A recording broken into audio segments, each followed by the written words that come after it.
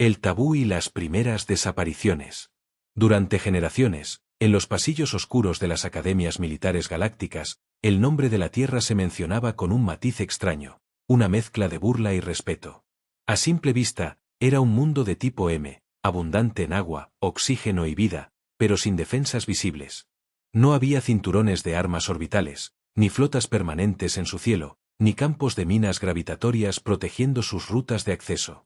Sin embargo, todos los intentos de someterlo habían fracasado. Las crónicas oficiales hablaban de retiradas tácticas o acuerdos de paz repentinos, pero ninguno detallaba qué había ocurrido realmente. Ese silencio era más elocuente que cualquier informe. Entre estrategas, lo llamábamos el muro invisible. Yo, Narea, analista del archivo de conflictos externos, recibí la orden de acompañar a la flota del almirante Kasser en lo que se presentaba como la operación definitiva para derribar aquel mito. 52 naves de combate, 3 cruceros pesados, 6 plataformas de apoyo y un arsenal de guerra electrónica capaz de cegar mundos enteros. Nadie en la tripulación dudaba del éxito. Entramos al sistema solar emergiendo del hiperespacio más allá de la órbita de Plutón. Los sensores se desplegaron, trazando el retrato de un planeta azul y verde que giraba en calma.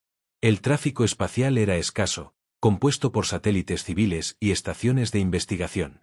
Ninguna nave armada. Ningún indicio de preparación militar. Para Kasser, era la confirmación de que los rumores eran exageraciones. Para mí, era demasiado perfecto. Desplegar sondas camaleón, ordenó el almirante con voz seca. 17 unidades se lanzaron hacia puntos estratégicos: el desierto de Atacama, el Pacífico Central, la Antártida, las cordilleras y megaciudades. Diseñadas para ser invisibles, empezaron a transmitir datos impecables: atmósfera estable, baja actividad electromagnética, patrones climáticos normales. Pero, uno a uno, los puntos en mi pantalla comenzaron a apagarse. Primero una sonda sobre el océano, luego otra en el desierto, otra más cerca de una ciudad costera. No había señales de ataque, ni picos de energía, ni colisiones. Simplemente, silencio. En menos de 11 minutos, las 17 habían desaparecido. Antes de que pudiéramos reorganizarnos, todas las frecuencias de la flota fueron invadidas por una transmisión. No tenía origen detectable, y la voz que habló era humana, tranquila, sin rastro de amenaza. Bienvenidos a la casa de todos. Antes de disparar, miren bien. Puede que no les guste lo que la Tierra les devuelva. El mensaje se repitió 3 veces y se desvaneció, dejándonos con un eco incómodo. Nadie en el puente dijo nada, pero vi cómo los operadores ajustaban la postura en sus asientos, como si el aire se hubiera vuelto más denso. Kasser, impasible, ordenó reconocimiento visual sobre el Atacama. Los sensores mostraron un cielo despejado, pero en tierra, enormes tormentas de arena giraban con un patrón perfecto. Dentro de ellas, las imágenes térmicas captaron siluetas flotantes sin hélices ni alas, desplazándose a ras del suelo, levantando el polvo como cortinas. Una patrulla enviada para seguirlas perdió comunicación tras cruzar el borde de la tormenta. El último registro mostraba una caída repentina de temperatura que congeló sus sistemas. En el Pacífico, una nave exploradora se aproximó a un sector de mar extrañamente inmóvil. La superficie reflejaba las nubes como un espejo líquido. Entonces, sin previo aviso, una masa de agua se elevó formando una membrana que abrazó el casco. Los sensores de la nave registraron pulsos rítmicos desde las profundidades, como un latido, antes de que todo se cortara. Cuando nuestras cámaras apuntaron de nuevo, solo quedaba el mar, liso y tranquilo. Comenzábamos a comprender que la defensa terrestre no consistía en muros ni cañones, sino en algo más inquietante. El propio planeta parecía colaborar en su protección. La atmósfera, el océano, el terreno, todo actuaba como un solo organismo.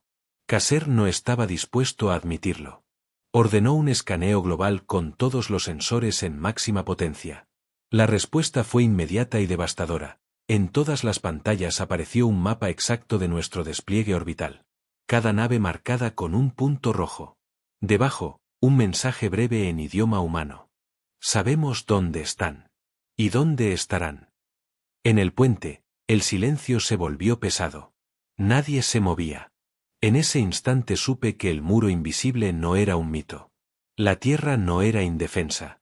Era un campo de batalla vivo, y nosotros acabábamos de poner un pie en él. Océanos que piensan, ciudades que respiran.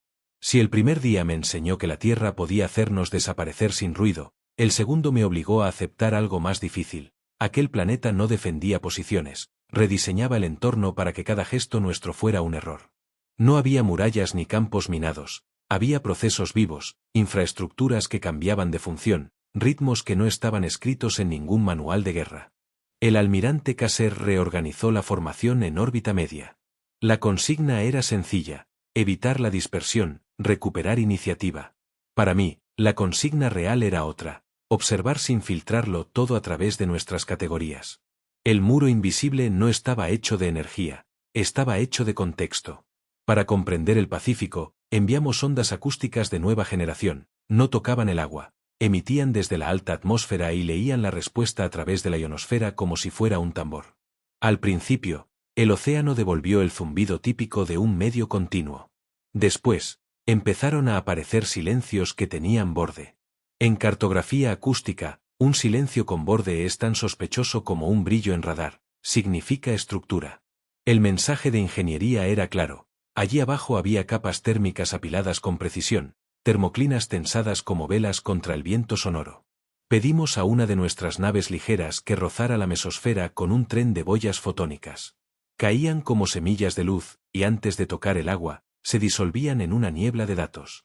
Lo que reconstruyeron me dejó con la boca seca: miles de unidades, algunas del tamaño de un puño, otras microscópicas, formando enjambres a distintas profundidades. No eran armas en sentido estricto, eran operarios del océano. Modulaban salinidad, desplazaban microcorrientes, guiaban cardúmenes para engrosar o vaciar regiones como si el mar fuera un músculo. Comprendí de golpe la escena del día anterior. La membrana que había tragado nuestra exploradora no era un monstruo ni una ola caprichosa, era una lente. El océano había reconfigurado su propia piel para concentrar presión y turbulencia en un punto, convertir la flotabilidad en garra. Aquello era ingeniería ambiental a escala planetaria, en manos de civiles que sabían dónde tocar. La defensa no está en las armas, se me escapó. Está en quien puede definir el medio. No lo dije en voz alta, pero alguien pareció responderme. En las bandas abiertas, un canal civil terrestre, sin cifrado militar, transmitió una rueda de prensa. Una persona de mediana edad, con el cabello recogido y la mirada cansada como la de quien ha dormido poco, habló a cámara. A su lado giraba el holograma del planeta, con líneas de colores que subían y bajaban sobre costas, montañas y capas de aire. Coordinador Morales, Red de Mitigación Planetaria, se presentó. No hacemos la guerra. Hacemos margen. Damos a los eventos mala cara para el que viene con prisa. El discurso era programático y a la vez íntimo. Explicó que la red no era un ejército sino un sistema de acuerdos.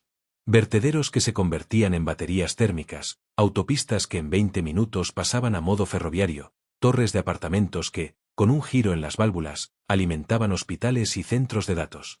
Nada de esto estaba escondido.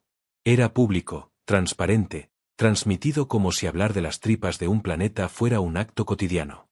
Si entran, añadió Morales, procuraremos que se pierdan sin lastimarse. Si insisten, el planeta les apretará donde menos lo esperan. No por odio. Por autoprotección. No pude evitar mirar al almirante. Su rostro era una máscara controlada, pero las manos, sobre los brazos del sillón, habían tensado los tendones. Ordenó entonces una maniobra de aproximación a Costa Deshabitada 7, un tramo de litoral que nuestras bases de datos clasificaban como vacío urbanístico por parecer un hilo de arena sin infraestructuras. Descendimos con un ala de fragatas. Desde arriba, la playa estiraba kilómetros de luz. Pero a 100 metros sobre el suelo, algo cambió en la textura visual. Arenas que parecían planas se abrieron como si fueran compuertas invisibles. Las dunas retrocedieron, dejando al descubierto placas de vidrio basáltico, carriles magnéticos, nodos de anclaje. La playa se convirtió, en menos de 2 minutos, en un puerto fantasma. Era hermoso y perturbador. La arena, una máscara de temporada, se apartaba sin resistencia, sujeta por telas geotextiles que se recogían como cortinas. Donde creíamos ver naturaleza intocada, había estructuras dormidas. Carreteras que emergían de la nada, rieles que se encendían al paso, depósitos que expulsaban aire frío formando corredores de baja densidad para desviar cualquier aeronave que no llevara las firmas correctas. Acompañé con sensores una patrulla que buscaba puntos de control. La guía nos llevó hacia una zona de aparente calma. Entonces, los detectores de materiales orgánicos empezaron a llorar lecturas imposibles. En nuestra piel, no en el aire, aparecieron moléculas que no nos atacaban pero sabían distinguir nuestro equipamiento. Los polímeros de recubrimiento electroabsorbente comenzaron a granularse como si el tiempo hubiera girado un poco más rápido solo para ellos. Pedí una muestra. El espectro dio una familia de bacterias con enzimas diseñadas para digerir plásticos militares y dejar intacto el resto. No era guerra bacteriológica. Era un acuerdo químico con el entorno. El mismo microbio que se come el vertido industrial en un río aprende a merendar blindajes que no deberían estar allí. Sin balas. Sin sangre. Solo contexto. Regresamos a cubierta y analizamos otra cosa que nos estaba devorando por dentro, la logística. En cualquier invasión, el suministro es un cuello de botella. La Tierra lo había convertido en un bucle imposible. Donde aterrizábamos, los caminos se desorientaban, mapas que valían hace una hora dejaban de coincidir porque las ciudades respiraban. Rotaban funciones. Una escuela era un centro de cómputo al caer la tarde, una fábrica, un hospital la semana de mareas altas, un mercado, un nodo de despliegue de drones cuando los vientos subían. No eran trucos. Eran contratos sociales asumidos por capas enteras de población que, con una señal discreta, cambiaban de oficio. Me obsesioné con un túnel. Parecía uno más en una autopista costera. Lo vi tragarse un transporte nuestro que había descendido bajo camuflaje. En la cámara, el túnel se volvió de cristal negro. No colapsó ni explotó. Se curvó. Como si alguien hubiera jalado del espacio. El transporte salió, al mismo lugar del que había entrado, pero con las coordenadas invertidas. Un rin modulador en el pavimento había confundido sus sensores inerciales hasta volver su piloto automático un boomerang. Mientras escribo esto, temo que suene mágico. No lo era. Todo lo que vimos era ingeniería adaptativa, compresores de aire en serie para alterar densidades, pavimentos inteligentes con microactuadores que generaban microtopografías para guiar o retroceder el tránsito, redes de iluminación que codificaban señales en frecuencias que nuestros algoritmos interpretaban como zonas seguras, cuando en realidad eran redireccionamientos suavemente coercitivos. El almirante necesitaba un golpe de autoridad. Ordenó elevar el eje de la flota a órbita alta, encender los relés de enlace y establecer una malla cerrada de comunicaciones. Si el planeta nos vencía en suelo y mar, venceríamos en cielo. Cuando la malla se estabilizó, durante 33 segundos creímos haber recuperado control. Luego llegó la lluvia. La vimos primero como un ruido en el espectro, chasquidos en bandas estrechas, un titilar de píxeles muertos en las matrices. Luego, los ojos. Una lluvia que no mojaba, que rozaba. Partículas del tamaño de granos de sal atravesaron los poros de nuestros escudos de plasma como si supieran el ángulo de incidencia óptimo. Se adherían a las carcasas como polen. No ardían. No explotaban. Interferían. Cada vez que dos partículas coincidían sobre una ruta de señal, la doblaban 1 milímetro. 1 milímetro no es nada para un humano. Para una constelación de enlaces láser a miles de kilómetros, 1 milímetro multiplica errores hasta el colapso. Los modelos de origen apuntaron hacia abajo. No venía del espacio, venía de los desiertos. Atacama, Sáhara, Australia Central. No eran granos cualquiera. Eran fragmentos orientables, despachados por catapultas eólicas que, en conjunto, componían una cortina Kessler dirigida, no basura al azar, sino piezas con un mínimo impulso que el viento alto terminaba de afinar. El resultado, un enjambre que no dejaba señales estables a través suyos impagos energéticos absurdos. Mientras los técnicos corrían protocolos de redundancia, otra capa de la lluvia se manifestó, espejos. Hielo. Placas delgadas en el borde de la atmósfera, nacidas de vapores liberados a alturas precisas, se congelaban en geometrías que un sol calculado besaba solo en ciertos minutos. Bastó un destello inclinado para cegar sensores ópticos dirigidos a un punto crítico. 1, 2, 10 naves perdieron la fijación de actitud y se vieron obligadas a gastar combustible para no entrar en giros indeseados. El almirante apretó los dientes. Ordenó compensación masiva. Abrimos generadores de referencia inercial como faros. La lluvia los adoró, era justo lo que necesitaba para sincronizarse mejor. Donde más brillábamos, más nos doblaban. Yo, mientras tanto, seguía escuchando canales civiles. No buscaba secretos, buscaba intención. Encontré a Morales de nuevo. Esta vez no en una rueda de prensa, sino en un aula transmitida, mesas plegables, pizarras de cristal, niños y ancianos, juntos, trazando líneas sobre mapas. Morales no hablaba de invasores, hablaba de reglas de convivencia en crisis. Si tu barrio recibe señal delta, tu azotea es una placa fría. Si recibes eco gamma, tu escuela es puerto de drones. Si ves flechas en las luces, no son adorno, son corrientes. Me vi como una mota de polvo dentro de una coreografía inmensa. Caser intentó romper la coreografía. Activó nodos de supresión orbital para limpiezas selectivas, nada letales, solo para despejar líneas. En ese instante, un mensaje entró a todos nuestros sistemas de decisión automática. Un paquete legal, una colección de protocolos de cortesía que nuestras IA, por diseño imperial, estaban obligadas a priorizar cuando operaban en zonas civiles. Peticiones de consentimiento, verificación de no interferencia con servicios esenciales, comprobaciones de rutas de evacuación. La red nos había enganchado con la ley como con una cuerda. Es trampa, alguien murmuró en el puente. No lo era.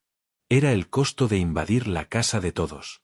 Si obedecíamos nuestra propia normativa, la maniobra se ralentizaba hasta el punto de quedarse quieta.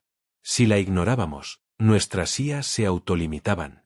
El almirante aún tenía opciones, pero ninguna era limpia. Los indicadores de enlace empezaron a parpadear en rojo. 37% de la malla caída. Los enlaces no explotaban, se desalineaban. Teníamos potencia, teníamos antenas, teníamos protocolos, carecíamos de medio estable.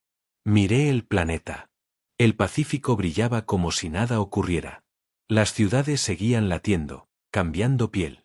En el borde inferior de mis pantallas, una franja de datos, casi una cortesía del enemigo, resumía el clima de los próximos minutos. Vientos en altura, humedad relativa, una nota, favor mantener distancia de servicio. Sentí por primera vez, no miedo, sino vergüenza. No por lo que éramos, sino por lo que no sabíamos ver. Habíamos llegado con fuerza, y la Tierra nos respondía con capacidad de organizarse. Eleven a órbita superior, ordenó Caser. Preparar saturación. Su voz hacía temblar el silencio. La palabra saturación no implicaba masacre, era nuestro método estándar de despeje por fatiga, inyectar tanto ruido en el medio que el medio ceda. Creíamos que el espacio cedería.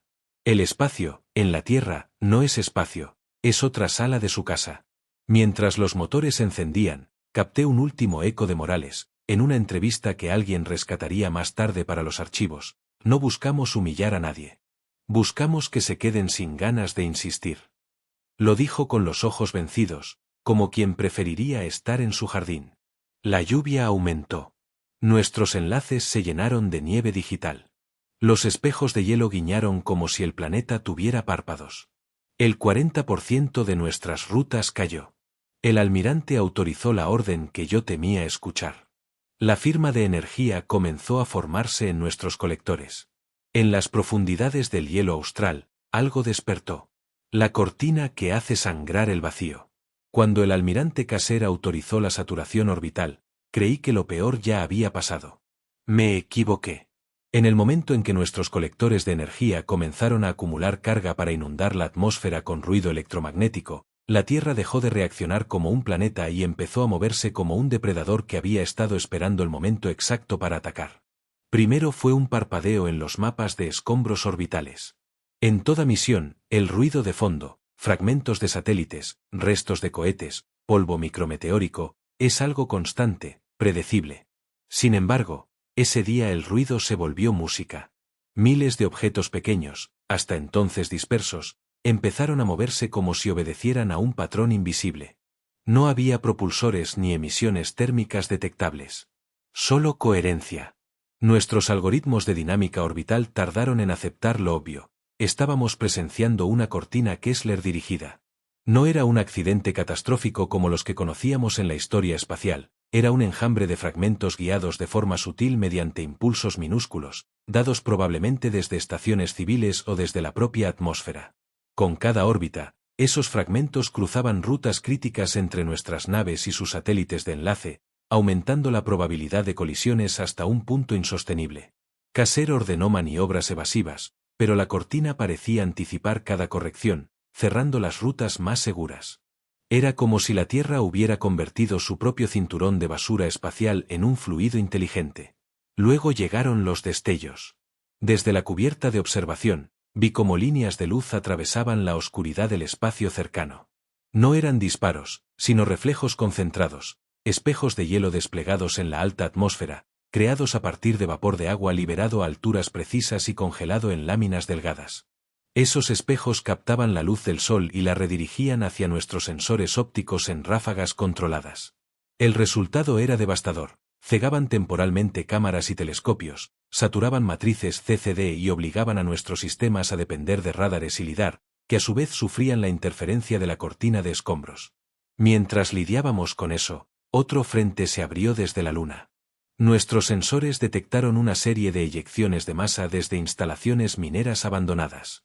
No eran proyectiles militares, eran cargas de roca y regolito lanzadas a baja velocidad, calculadas para pasar rozando nuestras posiciones.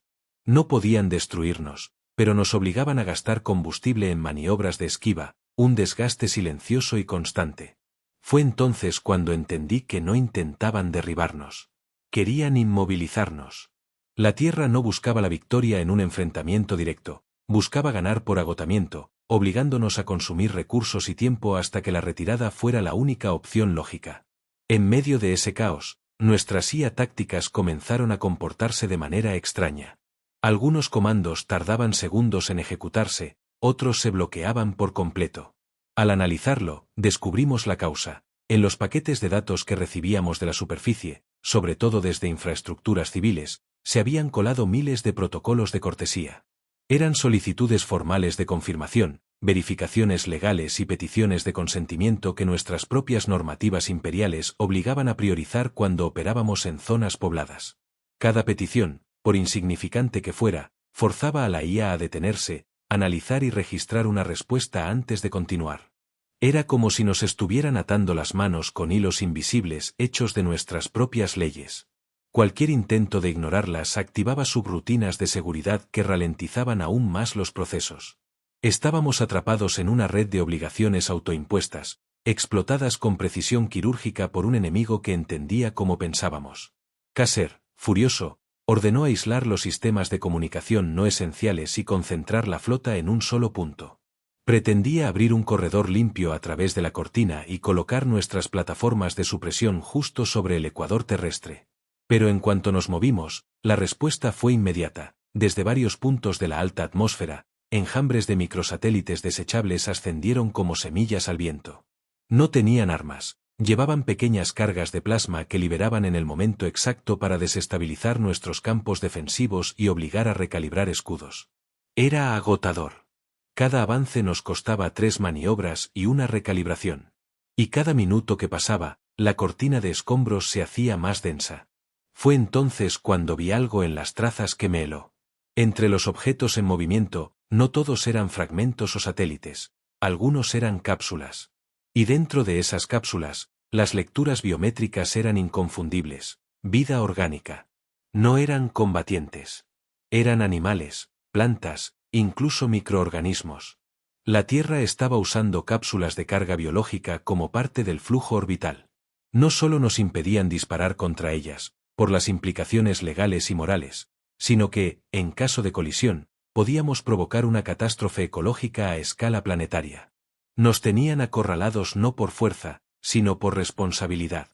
Y esa era la trampa más perfecta que había visto en mi vida. Casser respiró hondo. Su mirada pasó de la pantalla táctica a la esfera azul y verde que giraba bajo nosotros. Si no podemos abrir el cielo, dijo, lo abriremos por dentro. Sabía lo que significaba. El almirante iba a autorizar un tipo de arma de saturación que no se usaba desde hacía décadas, una descarga masiva de pulsos para sobrecargar todos los sistemas electrónicos en un hemisferio, sin discriminar entre militares y civiles. Un acto desesperado que la propaganda imperial podría maquillar como necesario, pero que yo sabía que no pasaría inadvertido. Sin embargo, antes de que pudiera dar la orden final, todos los sistemas de la flota recibieron un único paquete de datos. No era un mensaje de voz, ni una imagen. Era una clave de acceso. Las firmas coincidían con algo que conocía solo por rumores: Atlas. En el archivo de conflictos externos, Atlas era un mito. Una supuesta instalación bajo el hielo antártico que almacenaba no solo información, sino estrategias vivas, protocolos adaptativos que se actualizaban con cada crisis. Si Atlas nos estaba invitando, significaba que la Tierra había decidido mostrarnos el corazón de su defensa. Caser aceptó la conexión. En nuestras pantallas, el mapa del planeta se desvaneció y fue reemplazado por una vista subterránea, túneles de hielo iluminados por luces tenues, corredores que se ramificaban como raíces, cámaras llenas de terminales y figuras humanas trabajando en silencio. No eran soldados. Eran ingenieros, archivistas, técnicos, y todos parecían estar moviendo piezas en un tablero invisible que abarcaba el mundo entero. Una voz, distinta a la de Morales, habló entonces. Ahora saben por qué nadie nos ataca 2 veces. La transmisión se cortó. Y yo supe que, a partir de ese momento, estábamos entrando en un territorio donde las reglas de la guerra ya no servían. En el hielo, Atlas había despertado. El santuario que nadie puede bombardear. Durante años había escuchado historias sobre mundos protegidos por alianzas militares, por pactos secretos o por la simple distancia que hacía inútil invadirlos. Pero lo que veía ahora en los archivos de Atlas no se parecía a nada de eso. La Tierra no estaba defendida por murallas ni cañones orbitales, sino por algo más sutil y más poderoso: la memoria de lo que había hecho por otros. Soren me guió por un corredor más estrecho, hacia una sala ovalada en la que flotaban proyecciones tridimensionales. No eran mapas de guerra. Eran paisajes, selvas densas con criaturas de piel luminosa, ciudades sumergidas donde anfibios humanoides nadaban entre columnas coralinas, desiertos con nómadas de 4 brazos que caminaban bajo cielos rojos. Reconocí varias especies que, según los registros imperiales, habían desaparecido siglos atrás. Todas fueron rescatadas, explicó Soren. Algunas llegaron como prisioneros de guerra liberados, otras huyendo de catástrofes naturales. Las trajimos aquí, las escondimos y les dimos un lugar donde empezar de nuevo. Quise preguntar cómo habían logrado ocultar algo así de la mirada de imperios enteros, pero Soren se adelantó. Nadie busca un refugio en un lugar que parece indefenso. Y nadie ataca un santuario si sabe que dentro hay vidas que le pertenecen, de una forma u otra. Mientras hablábamos, recibí un enlace de la flota. La imagen de Caser apareció en mi visor. Su rostro era tenso. Narea, los sensores detectan múltiples flotas entrando en el sistema. No llevan emblemas imperiales. Identifícalas. Analicé las firmas. No eran ejércitos organizados, sino grupos heterogéneos, mercantes armados, naves de escolta, cargueros adaptados. Sin embargo, todas tenían algo en común: un canal de transmisión que enviaba el mismo mensaje cifrado a la Tierra. Era un código de reconocimiento. Y la Tierra respondía. Son independientes, dije. No responden a la Tierra, pero le deben algo. Caser frunció el ceño. ¿Deudas de guerra? Deudas de vida, respondí. En la sala de Atlas, las proyecciones cambiaron. Mostraban datos de cada una de esas naves, nombres de capitanes, especies a bordo, eventos pasados. Una nave transportaba a los descendientes de un pueblo salvado de un planeta envenenado. Otra pertenecía a una comunidad que había recibido medicinas humanas en una pandemia. Otra más, a comerciantes que habían encontrado refugio en puertos terrestres durante una sequía galáctica. Soren me miró con una calma que me incomodó. Cuando alguien intenta destruirnos, no somos solo nosotros quienes respondemos. Responde todo aquel que recuerda. En el espacio, esa respuesta ya se estaba formando. Las flotas independientes no atacaban a la nuestra, pero se colocaban estratégicamente en órbita baja, en las rutas que usaríamos para lanzar cualquier ofensiva. No obedecían a una cadena de mando única, pero actuaban como si un instinto común las guiara: interponerse. Caser activó la red de comunicaciones de mando y lanzó un ultimátum. Cualquier nave que bloquee rutas militares será considerada hostil. Nadie respondió. Sin embargo, ninguna nave se movió. Era una resistencia pasiva, pero efectiva. Si queríamos abrir fuego, tendríamos que hacerlo contra unidades que no estaban armadas para el combate y que, en muchos casos, llevaban a bordo representantes de especies con las que el Imperio tenía tratados delicados. Morales apareció entonces en todas nuestras pantallas, transmitiendo desde la superficie. No estaba en uniforme, ni en un centro de mando, estaba de pie sobre un muelle, con el mar al fondo. «Pueden retirarse ahora», dijo. «Si lo hacen, recibirán mapas de agua, de suelos fértiles, de climas estables.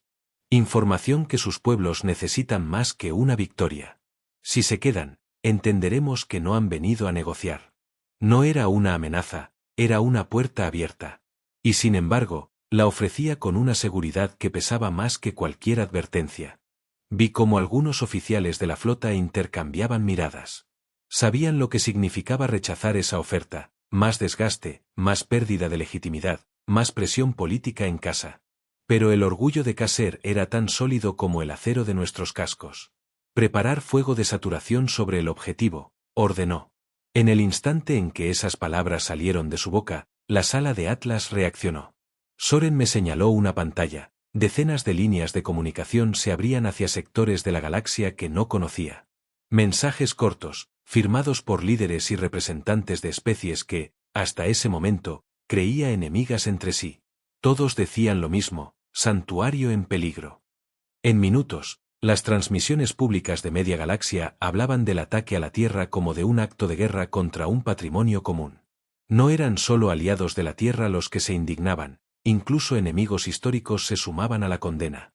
El almirante, sin proponérselo, había activado una alarma que resonaba mucho más allá de este sistema. Soren se inclinó hacia mí. «Ahora entiende por qué nadie nos bombardea. No es que no puedan. Es que hacerlo los enfrenta a todos los que alguna vez encontraron refugio aquí, y a todos los que podrían necesitarlo en el futuro». Miré de nuevo las proyecciones, el mar, los bosques, las ciudades cambiantes. Comprendí que atacar la Tierra no solo era un error táctico, sino una sentencia de aislamiento diplomático. Ningún mundo quiere declararse enemigo del lugar que podría salvarle la vida algún día. Sin embargo, Kasser no era un hombre que retrocediera. Si decidía disparar, lo haría sabiendo todo esto. Y yo, que había venido para documentar una victoria, empezaba a sospechar que lo que iba a presenciar sería una derrota, pero no en el sentido habitual. En Atlas, las luces cambiaron de color. El sistema estaba preparado para la última fase de defensa. Y yo sabía que, si llegábamos a cruzar ese umbral, no habría vuelta atrás. La razón final. La orden de Kasser de preparar fuego de saturación pendía sobre el puente como una espada. Las tripulaciones trabajaban en silencio, los indicadores se alineaban y la carga de energía crecía en los colectores. Era la culminación de días de desgaste, de humillaciones encubiertas y de una resistencia que no se parecía a ninguna otra que hubiéramos enfrentado. Yo permanecía en mi puesto, pero mi atención estaba dividida. En uno de mis canales secundarios seguía conectada a Atlas. No sabía si era por protocolo, por curiosidad o por una necesidad íntima de entender lo que estábamos a punto de destruir. La voz de Soren me llegó suave, como si hablara desde muy lejos. «No vamos a defendernos de la forma que esperan». En ese instante, las pantallas de la flota parpadearon. No fue un sabotaje eléctrico ni un ataque de pulso, fue una transmisión masiva, abierta y sin cifrado. Atlas estaba enviando sus archivos al espacio entero. En cuestión de segundos, millones de terminales civiles y militares en media galaxia recibían lo que antes había sido secreto: los registros completos de cada rescate, de cada especie protegida, de cada comunidad que había encontrado refugio en la Tierra. Las imágenes eran tan diversas como impactantes: niños de mundos arrasados aprendiendo a nadar en lagos terrestres, colonias enteras reconstruyendo sus hogares con materiales humanos, especies que nunca antes habían coexistido trabajando lado a lado en ciudades que parecían salidas de un sueño. Y junto a las imágenes, nombres. Nombres de líderes, de flotas, de pueblos que ahora ocupaban posiciones de poder, todos deudores de la Tierra. No pasó un minuto antes de que llegara la respuesta. El espacio alrededor del sistema solar se llenó de saltos de emergencia. Naves de todas las formas y tamaños emergieron del hiperespacio, posicionándose entre la Tierra y nuestra flota. No llevaban insignias imperiales, pero tampoco banderas terrestres. Eran la coalición de deudores, improvisada pero unida por un solo principio: nadie tocaba el santuario. Desde el puente, vi cómo nuestra pantalla táctica se saturaba de marcas neutrales. Algunas eran simples cargueros blindados, otras fragatas veteranas de guerras antiguas. No venían a atacar, venían a interponerse. En un canal abierto, una voz que no identifiqué habló en nombre de todos. Retírense. No venimos a luchar contra ustedes, pero no permitiremos que disparen. El almirante Caser guardó silencio. Podía ordenar abrir fuego, y lo sabíamos, pero hacerlo significaría enfrentarse a cientos de mundos al mismo tiempo. El imperio podía ganar una batalla así, pero perdería la guerra política y moral. Morales apareció entonces en todas nuestras pantallas, como si hubiera esperado exactamente este momento.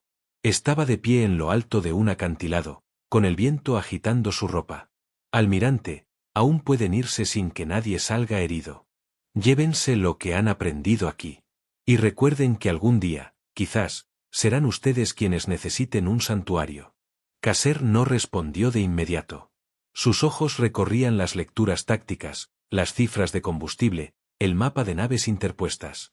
Lo que vio no fue una muralla militar, sino una red de vínculos que ninguna arma podía romper sin consecuencias irreversibles. Finalmente, habló. Cancelen la carga. Orden de repliegue. Un suspiro colectivo recorrió el puente, aunque nadie se atrevió a mostrar alivio abiertamente. La flota inició la retirada, alejándose del planeta que supuestamente habíamos venido a conquistar.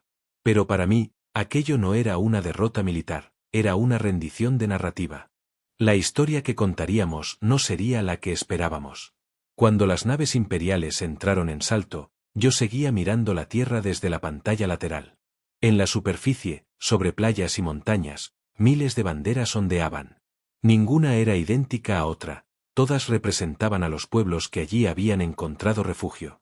Desde esa distancia, el planeta parecía igual de indefenso que cuando llegamos. Pero ahora sabía que esa apariencia era su armadura más fuerte. Atlas me envió un último mensaje, dirigido solo a mí. Ningún lugar es invencible. Lo único que puede acercarse a eso, es un lugar que todos, en algún momento, hayan llamado hogar. Guardé esas palabras sin transmitirlas al informe oficial. El imperio no necesitaba saberlo. Pero yo sí. Y mientras el salto nos alejaba, comprendí que la próxima vez que alguien pronunciara el nombre de la Tierra en una academia militar, lo haría con un respeto que ya no sería un mito, sino la memoria viva de por qué nadie la ataca dos veces.